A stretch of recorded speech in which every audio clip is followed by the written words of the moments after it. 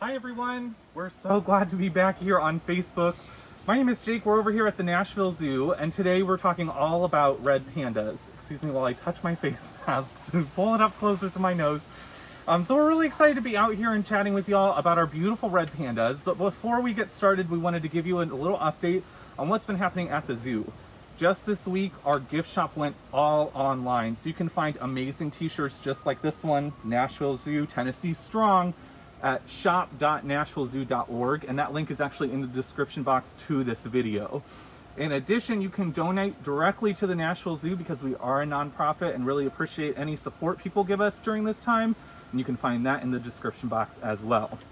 But I know everyone's here to see red pandas and learn more about them, so follow me. We're going to go right into the exhibit with the red pandas. As soon as I figure out how to open it, there we go. And then I'm going to let you go forward, Kelsey, and get a good look at those beautiful pandas. And we are here with red panda keeper Alex Sharkey. Sharkey, thank you so much for being here with us today. Hi. Thanks for doing this with us. Can you tell us a little bit about who we have out here today? So we have Dr. Lily Parkinson. She went to obviously medical school, but she's up top hanging out in that branch. And then we have Rowan on the lower part, and he's waiting for his turn to hang out with her. So they like to rotate? Yeah, they like to take turns on that spot. It's the highest spot that they just really enjoy playing in. That's so cute. Yeah. Oh, look, there he goes. He's trying to climb right now, Kelsey. It's like, Dr. Lily, can I have a turn? So these are... These are only two red pandas right now, correct? Yeah, so we only have two red pandas and a boy and a girl. Rowan is the boy and Dr. Lily is the girl. Okay, and then one more time, Kelsey, for everyone at home. The one who's making his way back down the tree is Rowan, and then Dr. Lily's up top. And that actually gave us a really good view of his back feet. And I think one of the coolest things that you can learn about red pandas is that they can actually rotate their hind feet almost 180 degrees behind them so that they can climb headfirst down a tree with ease. Sharky, I'm going to switch spots with you because I know you have the goods. I got the treats. Now, Sharky was telling me earlier that Rowan really loves food, and especially from his keepers here at the zoo, and Alex is one of his favorite people here at the zoo, so she always gives him the tastiest morsels, and right now he's getting a piece of apple. Yeah. So they, for their diet, they get apples and grapes, and then they also get these leaf eater biscuits. They like these, but they much rather have some apples. And obviously you can see that we have a lot of bamboo around here. That's mainly what they eat. Okay. Especially in the wild, that's what they would. Okay. So you guys cut down bamboo every day then, right, for them? Yeah, so bamboo actually grows really well here. You can see through this whole exhibit, we have a lot of bamboo. And so we're able to feed them bamboo every day, and we make sure that they can get as much as they really want. That's awesome. Now, I was reading earlier today that red pandas eat a ton of bamboo. That like makes up a lot of their diet in the wild, like you mentioned. And because of that, they don't get a lot of calories in their diet. And that's why we often see them sleeping so frequently, right? They sleep a lot. As Dr. Lily is showing us right now, she's really good at sleeping. If she only knew the kinds of delicious treats that we had down here for Rowan. Yeah. What do you think, buddy? So actually, a cool thing though is in the wild, they are known to sometimes eat like berries and eggs and even small mammals, and that's why they're considered a carnivore. That's awesome. So a question that we get asked a lot here at the zoo, and really anybody who works with red pandas get asked, like, is this related to the giant panda? Alex, what's the official answer? So yes, they are related. However, the red panda is definitely the OG. Okay. They were discovered 50 years before the giant panda was discovered. 50 years before the giant panda. Impressive.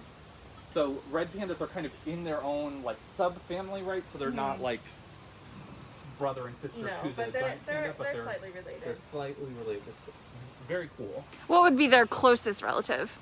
I want to say that they're Iluridae right now, right? So they're like carnivora, and so like cousins to a bunch of different things, correct? Right, yeah. So a lot of people will see our binturongs here at the zoo and our shows and our encounters, and they look a lot like the red panda, and they're kind of like distant relatives. I also get a lot of questions on social media about if they're related to raccoons. Any truth to that? Back in the day, they Yeah. were classified as part of the raccoon family, but because science is always changing, we're always learning more things. They were moved from that family into their own, that's called Iluridae. And so they're kind of like in this family next to everything else, but kind of on their own at the same time. But I would have to agree that they do resemble that. Yeah, very much so. it's definitely a justified question. He's just showing off for us today, and Dr. Lily's doing a great job of just sitting still and looking cute. She does that so well. I just saw an interesting question from Emily. Are they red when they are born? Yeah, so they're a little bit more pale. They're like a gray red, really. Mhm. So they're not like burnt red like he is. Hey, Ryan. He's doing his little morning run. Got to get in the run before it warms up, right, Jake? Yes. Running every day. But yeah, so they're a lighter color. They typically have 1 or 2 offspring at a time, but they can have up to 4 in a litter, which is kind of crazy. And the babies are fairly altricial, which means that they require a lot of care, and that's pretty normal for mammals. Yeah. They wean close to like 8 weeks, but then they're with mom and dad for a hot minute longer. And the cool thing about red pandas is typically in the wild they're fairly solitary, and then they come together for breeding situations. And we have here in the Nashville Zoo, we participate in the species survival plan for red pandas, which means that we work with this kind of governing body to tell us what pandas we should breed, what pandas we should move around and send to different places. They do all of the work on that, and to match up genetics properly to make sure that we're not messing up any genetics and making sure that we have a really viable and healthy population in human care. He's like, please give me a grape. It's been too long. Just 1 minute since I got my last grape. That's like me with donuts, isn't it? It is. Can verify. Now, I never really hear red pandas make sounds. Do they make a lot of vocalizations? They do, and I was reading that it's a specific term. It's like a poop quack. Oh. And That's a vocab word for today. but it's kind of like a chortling type noise, and they don't make that noise a lot. But it definitely, like, if they're in like the mating season, you'll hear a little bit more vocalization. Okay. And then mainly the way they communicate is through scent marking. Okay. So you might be able to. He's actually just scent marked. Oh, how right nice. there. So Miss Lily's coming down. Look at this queen. Hi. No, she has kind of more dark. And now he's gonna probably go. Yep. She has a little more dark around her neck and her shoulders. How beautiful. Oh my gosh. Red pandas are just so stunning. Yeah, they're one of my favorite animals. What's like your favorite thing about red pandas? So, working with these two guys, they both have just different personalities. And it's really, one of my favorite things is getting to know the animals. And that's with any species that I work with, but especially with these guys, because as you can see, they are different. She doesn't really beg as much for food like Rowan does, but she still is a snacker. She loves her food. So I just like to get to know all the animals, and especially the red pandas. Yeah, let's She's wait very for- curious. What What do you you think, think? baby? You want this? No treats over here, just a camera. Hi, I have nothing for you, just admiration, really. Now, Kelsey, do you have any questions so far that we're getting in on our comments? Yeah, a couple of questions. Julie asked, how long do they live? So their typical lifespan is about 8 to 10 years. They're obviously going to live much longer in captivity, so the lifespan would probably be more like 10. But in the wild, they would they would probably have a little bit of shorter lifespan due to predators and just being out in the wild. That makes sense, yeah. So I think we talk about it a lot when we're doing these videos, that our animals here in human care get the best quality of food every single day. They get veterinary care as often as they need it. They get regular checkups. And they have staff here who are dedicated to their care every single day of the year. So they really have nothing to worry about. No predators here, no shortage of food, no nothing. So animals in human care, like Sharky's saying, live so much longer in comparison to their wild counterparts. Yeah, Kelsey, not me, Kelsey, that's weird talking to myself, but I see your comment about the mics for the guys on camera. Unfortunately, these masks really just kill sound. So we're trying as best as we can, but we'll talk louder for you. It's all good. Barbara's wondering, what does their fur feel like? So their fur is a soft texture, but it's not as soft as you would think they look like. So I would say it's like kind of in between really soft and coarse hair. It's hard to describe. Like a lot of wild animals, they look as soft as your dog or cat at home, Right. but then they have this like, coarseness to them yeah. that's not fully like wiry, but it's not Yeah. soft and smooth and Right. Yeah. And so Squishy. they have a really thick coat too, and you can see their long tail, and it's pretty thick with hair as well. And that is because they're in the wild. Their climate is really cold, so they need that extra coat to keep them nice and warm. And actually, when they're hanging out in the trees, we see them kind of wrap their tail around their neck, and that's just so that they can kind of wear a scarf. That's so cute. And that keeps them warm when Yeah. it's cooler out. I did see a question, Alex, about how long are their tails. It's kind of hard to see, but can you give me a rough estimate? I don't know. I would say they're probably maybe 2 feet, a foot and a half. But the reason why they're so long is because they use them for balance while they're walking through the trees. So a lot of animals with the long tails, they use their tail for balance, and especially with these guys in the trees, it's really helpful. Yeah, and that's so true of the neighbors of these guys, the clouded leopards that are just across the way. Oh, there's a wall there. Can't pan over to show You you. saw them. Just imagine. Yeah. Good question, Julianne. How high can they climb? That is a good question. Jake, do you have an answer for that? I think that's like one of those things where scientists aren't really researching like how far can they climb. Like we don't have a way to measure that. But I've seen red pandas that go all the way to the tops of the trees in their enclosures. This has netting maybe 20, 25 feet up to make sure that the pandas don't go too high for their own safety.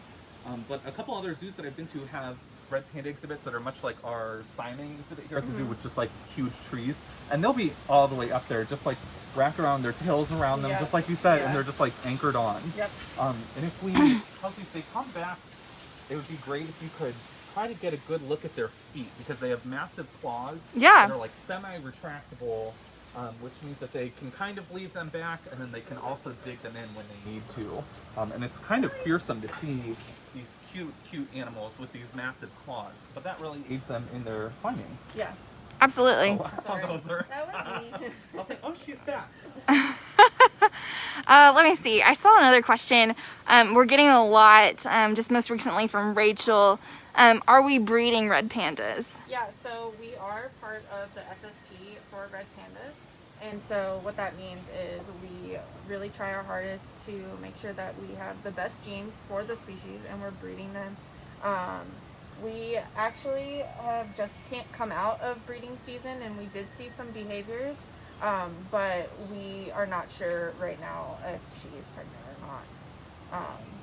They are younger, so this year might be their kind of test run, and then next year would be more hopeful. Yeah, we see that a lot with other species too. So that's exciting. Fingers crossed. Let's see. I just saw a comment from our friend Mona, Jake. Hi, Mona. She just ordered that t-shirt we saw. Cute. So Yay. great job, Mona. Let's see. Allison is wondering how big do they get? It's kind of hard to tell. I'm gonna try and pan over to this guy real quick. So I was reading that they accumulate into your house cats, but I do think that they get a lot bigger than your house cats, unless you have a pretty hefty house cat. But they get up to like 20 pounds, maybe at the most. Rowan is, I think, 18 pounds, and Lily is about 15 pounds. So that's about how much they weigh. And I don't know about height or anything, but it probably varies. Absolutely, and it's crazy that they weigh that small of an amount, considering, I don't know, they just look like they would be bigger than that because of all the fur. Yeah. Yep. Pretty impressive. And you can see it looks like Rowan tired himself out with his morning sprints. That's his favorite spot. He kind of just hangs on each side of the branch and just on his belly. Cute. He just sprawls out.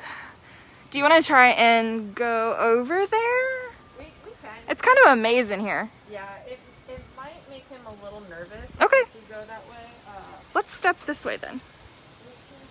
Jay, can you hold this and I'll walk around?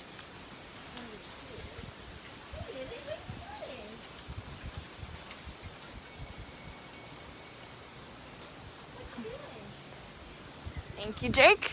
Long arms for the win. Oh, here you go, Kelsey. This is a great opportunity to get a good look at her giant claws. Oh yeah, we do see a good bit of their claws here. I don't want to get too close and scare her off, but hopefully you guys can see that. Lots of questions I'm seeing about volunteering.